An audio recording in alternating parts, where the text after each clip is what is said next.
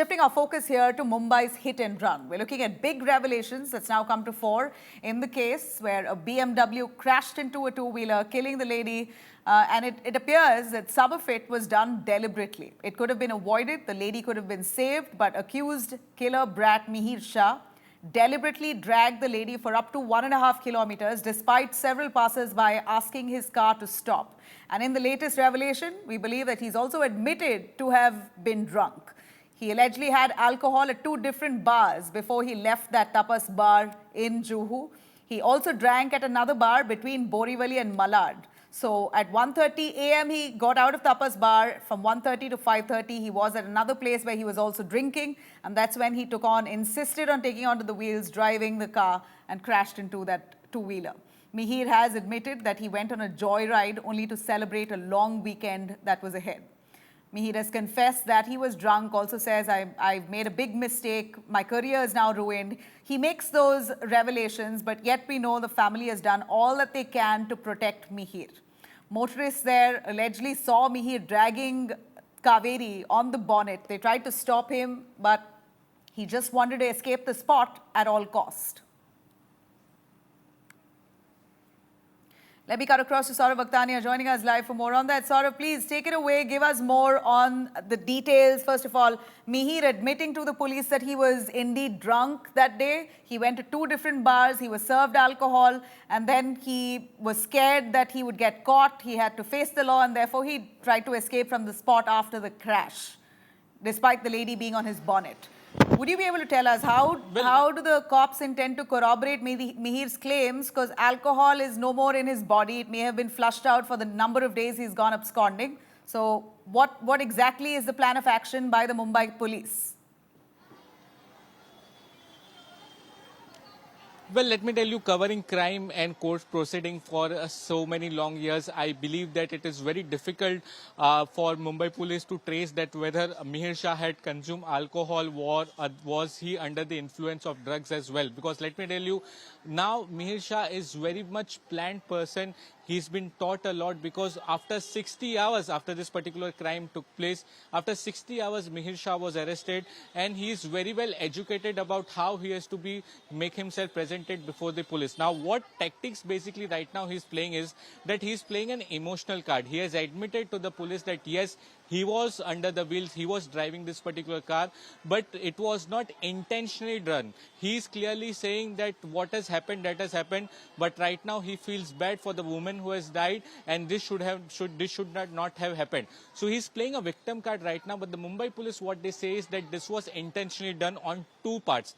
First part is about how the woman was dragged for 1.5 kilometers, and then he made sure that once more he moves down this particular woman. Once more the car was run over this particular woman, and he made sure that no witness or nothing is left. He made sure that the women die on the spot. Second part is about consumption of alcohol, and what the police suspect, he has also consumed drugs as well. The police clearly says that he not just one in the Juhu bar, but he has also consumed several pegs of whiskey in Malad restaurant as well.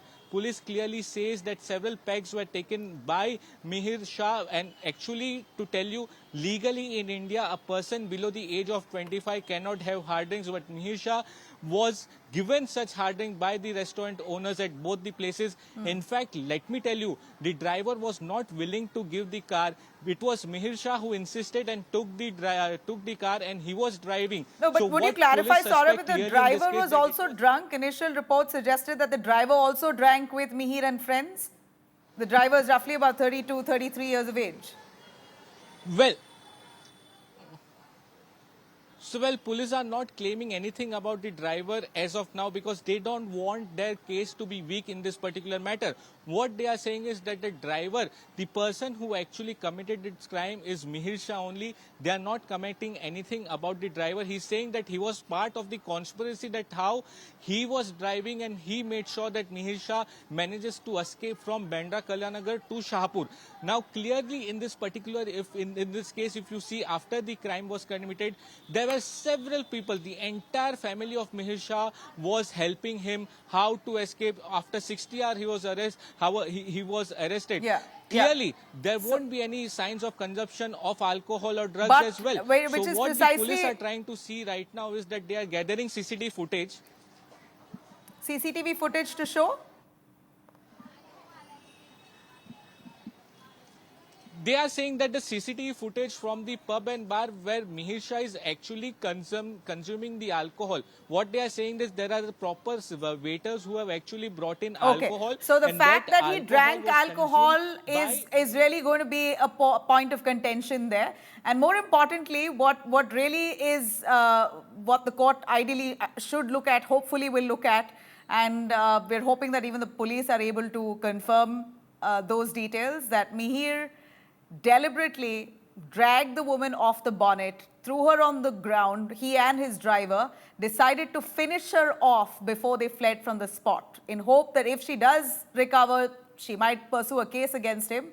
Whatever the reason, they ran over her body yet again, ensuring that she was crushed to death, and then fled from the scene with a clear intention not to return.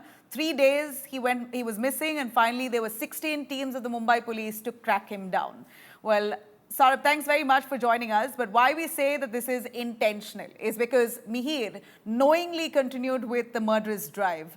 He was aware that the woman was stuck on his bonnet for at least 1.5 kilometers. He still decided to drive. And why we know that is because there's CCTV footage that's been produced to court by the police, claiming that there were a couple of motorists who tried to stop Mihir on the way when they saw that there was a woman stuck on his bonnet. Yet Mihir ignored all those signals to stop from the passers-by. He wasn't cooperating, and eventually she fell off the bonnet. They decided to run over her yet again, deliberately run over her, and fled from the spot. We hear that cops say, sources tell us, cops who are currently probing and questioning Mihir aren't getting full response from him. He may not be fully cooperating with this investigation. Mihir and the driver's joint grilling, only to ensure that both versions are correct, is due to happen. And we're going to, of course, keep our spotlight on this as and when investigations proceed.